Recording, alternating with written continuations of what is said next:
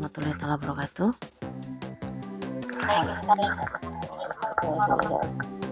Oke teman-teman, kita ngulang lagi. Ini adalah prinsip-prinsip tradisional Chinese medicine. Oke. Nah, di sini perkiraan dinasti Zhou 1100 sampai 2221 sebelum Masehi. Dinasti ini terbagi menjadi 4 periode. Ada Zhou Barat 1100 sampai 771 sebelum Masehi. Ada Zhou Timur 700 sampai 2256 sebelum Masehi. Periode musim semi dan musim gugur 770 sampai 476 sebelum Masehi. Kalau sebelum Masehi itu hitungannya mundur ya. Ada periode negara-negara berperang, di mana ini ada tahun 476 sampai 221 sebelum Masehi. Nah, Zhou Barat atau orang-orang Zhou Barat berimigrasi ke wilayah Shang pada tahun 1111 sebelum Masehi. Awalnya mengadopsi adat istiadat Shang. Kemudian, namun seiring berjalannya waktu, masyarakat mulai memberontak terhadap adat istiadat dan kepercayaan kuno. Nah, ini adalah zaman kerusuhan politik dan sosial dengan keruntuhan moral masyarakat. Negara-negara feodalistik terus-menerus berperang satu sama lain. Konfusianisme dan Taoisme, dua orang penting muncul dari periode ini. Salah satunya adalah Konfusius pada tahun 557 sampai 479 sebelum Masehi. Konfusius adalah seorang reformis sosial dan seorang guru ya, Konfusius. Jadi diingat-ingat, dia ingin memulihkan ketertiban di masa kekacauan ini. Orang sezamannya, Lao Tzu, lahir tahun 590 sebelum Masehi, adalah pendiri Taoisme. Ajaran Taoisme, kita kan ada animisme, dinaisme, isme gitu ya. Di Indonesia kan ada kan? Berarti itu kan kepercayaan biasanya. Ingat gak teman-teman? Dulu pernah belajar tuh waktu SD. Ajaran Taoisme lebih bersifat filosofis, sedangkan ajaran Konghucu lebih bersifat praktis. Nah, di sini udah mulai nyambung ya. Bahkan saat ini filosofi mereka masih penting dalam budaya Tiongkok dan telah membentuk praktek pengobatan Tiongkok. Masuk ya? Kita kenapa? Kita kan sedang belajar pengobatan tradisional nih, Eastern Medicine atau pengobatan timur alias TCM. Otomatis kita harus tahu sejarahnya nih gitu kan. Namanya belajar kan harus mulai dari sebuah sejarah biar kita kuat, biar kita tuh tahu landasan-dasarnya dari mana nih gitu kan. Oke. Zhou Timur, sebuah sistem medis terorganisir berkembang selama periode ini. Dokter Istana. Menurut buku Rites of Zhou atau Rites of Zhou, tulisannya JHOU, tapi di sini Rites of CHOU, jadi Zhou ya, Zhou, yang mencatat upacara atau sistem pada masa itu. Periode Zhou Timur memiliki sistem medis yang terorganisir di mana pejabat istana kaisar dilatih dalam berbagai spesialisasi medis. Jadi kalau dulu itu ada spesialisasi, sama sih sekarang juga ya. Misalnya nih, Ji itu dokter yang menyembuhkan penyakit dari dalam. Kemudian Yang Yi adalah dokter yang menyembuhkan penyakit dari luar seperti luka, masalah kulit, patah tulang, dan luka traumatis lainnya. Dan Si Yi adalah dokter yang menangani masalah pola makan. Gitu. Kalau mungkin kita ahli gizi kali ya. Dokter hewan resmi Tiongkok yang pertama juga muncul pada masa ini. Periode musim semi atau musim gugur.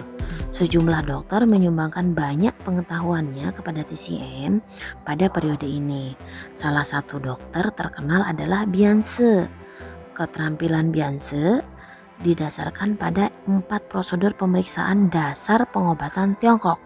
Berarti yang Wang Wenwunci itu ya. Ya enggak? Teman-teman. Nih, 4 prosedur pemeriksaan dasar pengobatan Tiongkok. Ia akan mengamati lidah, hidung, telinga, wajah, mata, mulut, dan tenggorokan pasiennya. Mendengarkan ucapan pasiennya, batuk, atau getaran tubuh lainnya. Mencatat riwayat penyakit pasien secara lengkap. Dan terakhir ia akan meraba denyut nadi pasien. Apa namanya meraba denyut nadi pasien? Ada yang tahu? Bahasa lain dari meraba denyut nadi pasien? Apa? Iya, sip.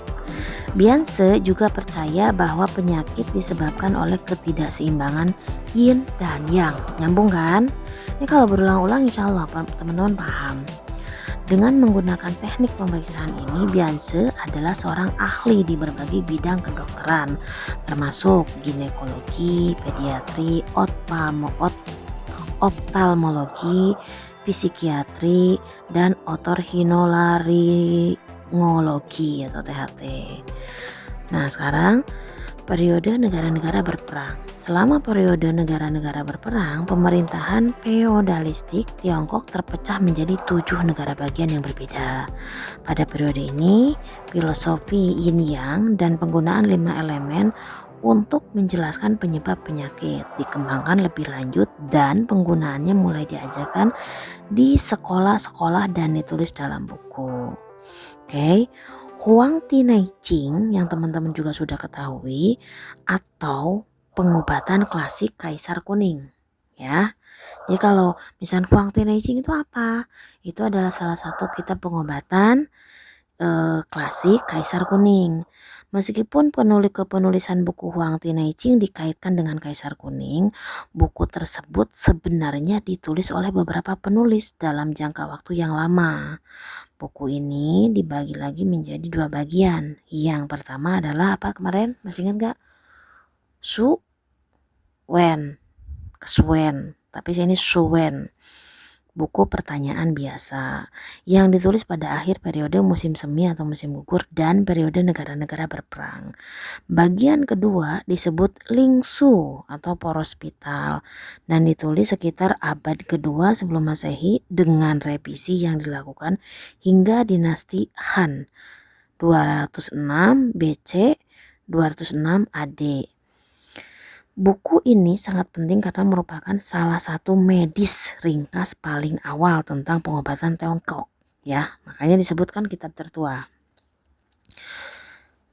Kemudian selain kedokteran, buku ini juga menyajikan pertimbangan etis, filosofis, dan religius. 3 tema yang dibahas dalam buku ini adalah Taoisme, Yin dan Yang, juga 5 elemen. Jadi Taoisme, Yin Yang, dan 5 elemen atau 5 elemen atau 5 unsur.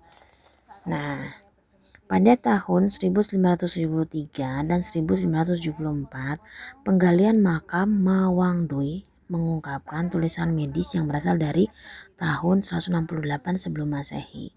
Sebuah teks berjudul Wu Shi Bing Fang atau 52 resep merinci 52 penyakit dan 52 resep dan merupakan referensi tertulis paling awal tentang farmakologi Tiongkok.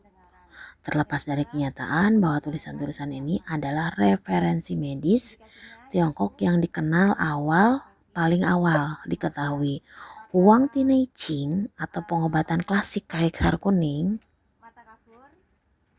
Ini kok ada call group lagi. Kuning. Kemudian Huang Tinai Ching pengobatan klasik Kaisar Kuning masih tetap menjadi salah satu teks pengobatan Tiongkok yang paling dihormati dan dipelajari. Bahkan saat ini para sarjana pengobatan Tiongkok masih merujuk pada kekayaan ilmu dalam buku ini.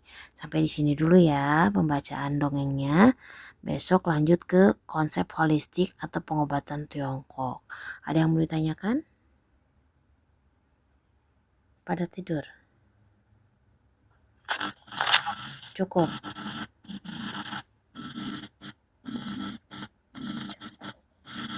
Tuh cuma 4 jam kok.